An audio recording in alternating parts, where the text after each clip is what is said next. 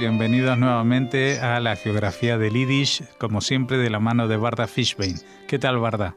Hola Jorge, hola a los oyentes de Radio Sefarat. Ya saben los que nos siguen que hace 2 semanas empezamos a hablar de esta localidad Reiche, una ciudad pequeña pero con una historia muy importante para los judíos, ¿no? Así es, Jorge, y la verdad es que en la primera visita vimos luces y empezamos a ver sombras. Esta segunda visita nos va a entristecer, sino a indignar, pero vamos allá. Al final de nuestra visita anterior, los nazis habían emprendido sus primeros ataques contra los judíos de Reiche, de momento.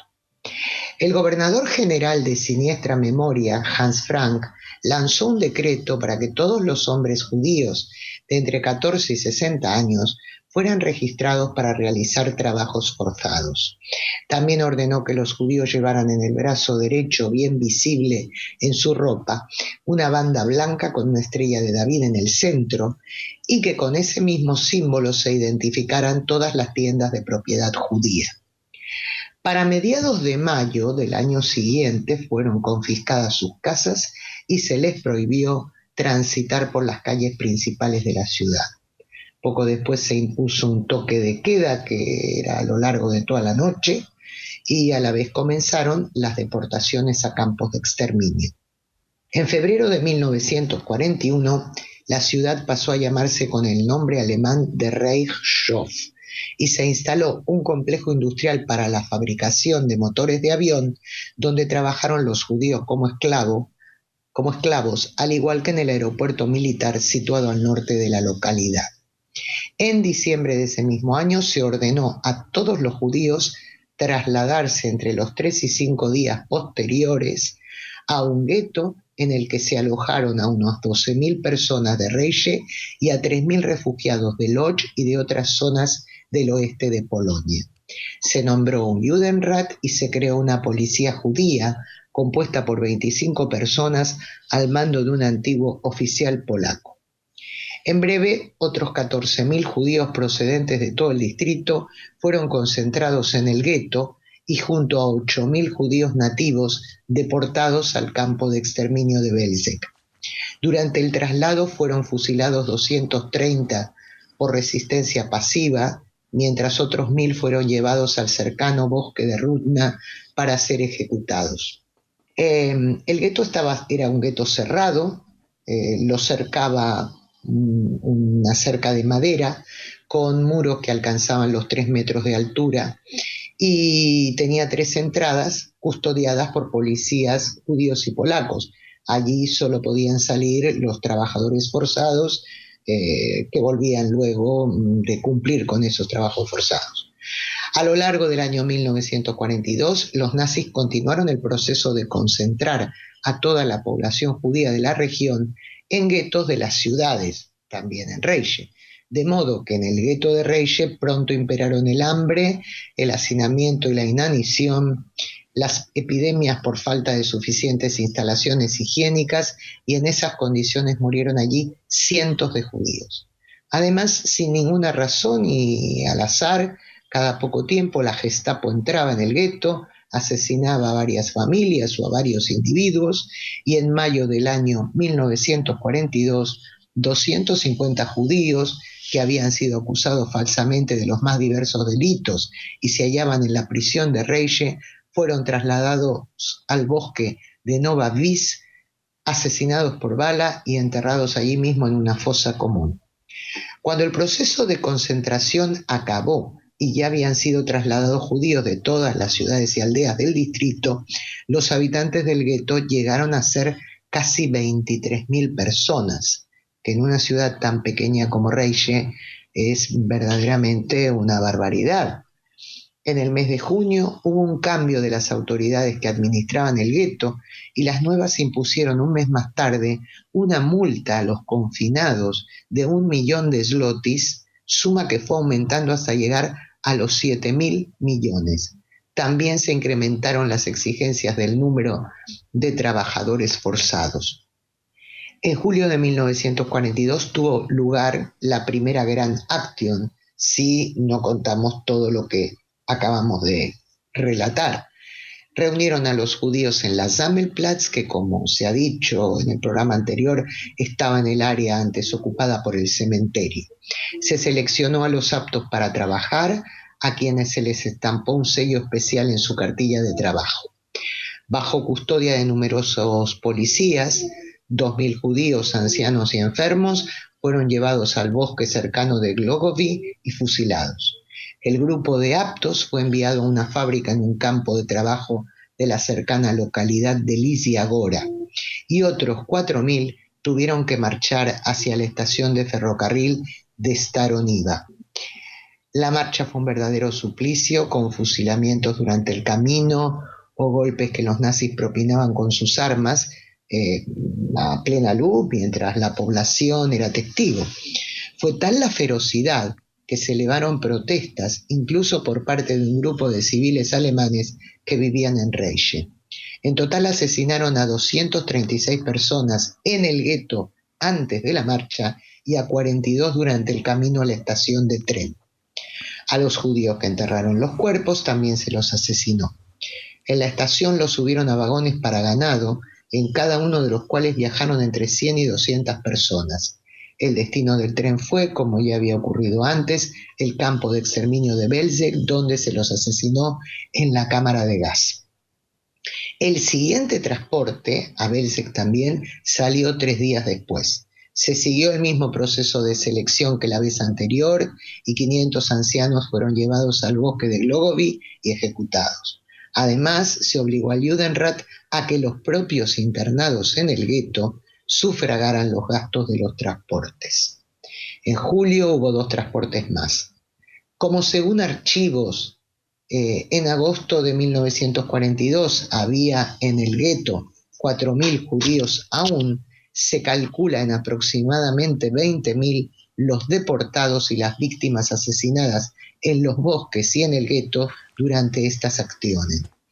Tras ellas, el doctor Heinz Euhaus, al mando de la ciudad a la sazón, colocó un águila de madera en el castillo de Reiche, que albergaba las oficinas del ocupante, un tribunal y una prisión. En el águila podía leerse la inscripción: esta águila, signo alemán de superioridad y dignidad, señala la liberación de la ciudad de Reichshof de todos los judíos en el mes de julio de 1942. Pero las acciones no cesaron ahí, debido a que continuaba el traslado al gueto de Reiche de residentes judíos de otras localidades. Y una vez más, la población local aumentó hasta las 10.000 personas, a las que, tras una breve estancia, se las envió a distintos campos de exterminio, sobre todo a Belzec nuevamente. Durante el curso de una de estas nuevas acciones, un importante número de efectivos de la Policía de Seguridad, al mando del nazi Paul Lechmann, se dedicó a registrar el gueto en busca de niños y que al ser encontrados se asesinaba ahí mismo en el sitio. Como ya no quedaban en el gueto de estos nuevos deportados a Reiche más que 3.000 judíos, el espacio que ocupaba se redujo en tamaño y se dividió en 2 campos, uno para los trabajadores esclavos, el campo A, mientras que en el B estaban sus familiares. El gueto A, el de los trabajadores, dependía del mando alemán instalado en Cracovia, mientras que el B seguía las órdenes de la Gestapo de Reiche. Durante el año 1943 continuaron los asesinatos en la propia ciudad y en los bosques cercanos, y también los traslados, tanto a campamentos y fábricas de trabajo esclavo como a campos de exterminio. Además de Belzec, los prisioneros fueron enviados a Auschwitz y a Mauthausen. El último grupo numeroso, unos 2.800 judíos, fue un transporte a Auschwitz del campo B, los familiares de los forzados, en noviembre de 1943, donde la mayoría fue asesinada en la cámara de gas. Dicho campo se terminó de liquidar en enero de 1944 y en febrero se deportó a los pocos que habían quedado para limpiarlo. En el campo A, en julio de 1944, había aún aproximadamente 600 trabajadores forzados.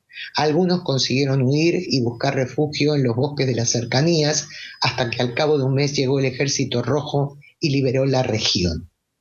A medida que los soviéticos se acercaban, los nazis iban desmantelando fábricas e instalaciones. Sin embargo, a la vez iban liquidando los guetos y campos de concentración y trabajo, lo que suponía que seguían enviando a prisioneros judíos a campos de exterminio o procedían a asesinarlos sin más allí mismo. Recordemos que es un momento en que la guerra estaba perdida por Alemania. Solamente sobrevivieron a la Segunda Guerra Mundial 100 judíos de Reche y otros 600 refugiados en la Unión Soviética.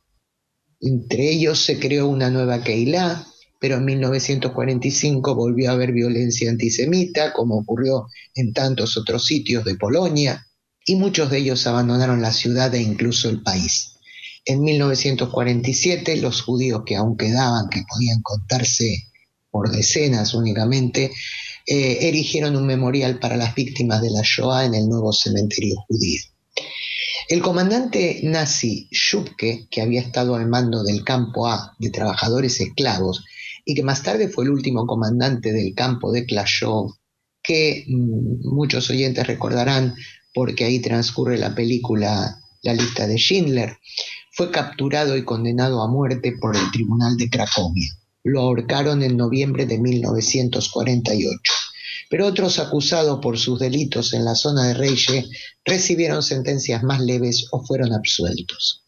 En 1985, contra todo pronóstico, seguían viviendo algunos judíos en Reche y el cementerio aún existía, aunque necesitado de restauración debido a lo muy dañado que quedó tras la invasión nazi. Y bien, hasta aquí la tristísima, la cruel historia de los judíos de Reche y de todo el distrito y de otras zonas de Polonia concentrados allí durante la Segunda Guerra Mundial. Y vamos ahora con una destacada nativa de la ciudad, Anda Pinkerfeld Amir, autora de poesía y prosa. Anda recibió una educación laica, pero tras el pogromo de Lvov, ocurrido en 1918, se unió al movimiento sionista Shomer Hatzair y dejó sus estudios en la escuela laica para asistir al gimnasium judío de esa ciudad. En 1920 viajó junto a un grupo de compañeros a Palestina bajo mandato británico, aunque regresó al Lvov para obtener su licenciatura. Por esa época se casó con un agricultor, Arie Krampner Amir, de ahí su segundo apellido, y ambos regresaron a Palestina en el año 1924. Vivieron en el Kibbutz Beit Alfa y en Tel Aviv, aunque acabaron estableciéndose en Kiryat Anavim, donde nacieron sus dos hijos. Tras la Segunda Guerra Mundial, la agencia judía envió a Anda Pinkerfeld Amir a trabajar en los campos de desplazados en Alemania, y de esa época ella llevó un diario que contiene sus experiencias. De vuelta en Israel, trabajó en los archivos del Ministerio de Defensa, donde estuvo a cargo de los registros de soldados caídos en la Guerra de Independencia de 1948. Pinkerfeld murió el 27 de marzo de 1981. Esto en cuanto a su biografía política y militante. En relación a su trabajo literario, Anda Pinkerfeld comenzó escribiendo poemas en polaco, pero cuando emigró a Palestina se vio fuertemente influenciada por el muy conocido y también poeta Uri Tzvi Grinberg y pasó a escribir en hebreo, publicando en 1928 una obra que firmó con el seudónimo Bat Hetva. Hetva era el nombre de su madre, Bat en hebreo es hija. Escribió también sobre personajes bíblicos, pero tras su labor en los campos de Alemania, la obra de Pinkerfeld pasó a tener otro registro. Mientras otros autores evitaron o tenían demasiado dolor para tratar el tema del reciente holocausto, ella lo incluyó en sus escritos. Incluso entre sus obras para niños destaca en ese sentido una muy especial por su naturaleza y su profundidad, que trata acerca de cómo enfrentar la pérdida. Pinkerfeld obtuvo el premio Bialik en 1936 por un libro de poemas para niños, el premio Chaim Greenberg en 1971 por toda su obra poética y el Premio Israel de Literatura Infantil en 1978. Y esto es lo que hemos contado sobre Reille y algunos de sus vecinos. Pues sin duda una ciudad, una localidad que ha dado mucho a la historia de los judíos, que los judíos han dado mucho a la historia de la ciudad, y que una historia que trágicamente acabó, como decimos, al final de la Segunda Guerra Mundial. Muchas gracias, Varda Fishbein, y te esperamos ya para hablar de otro lugar distinto dentro de 2 semanas. Así es, Jorge, hasta entonces.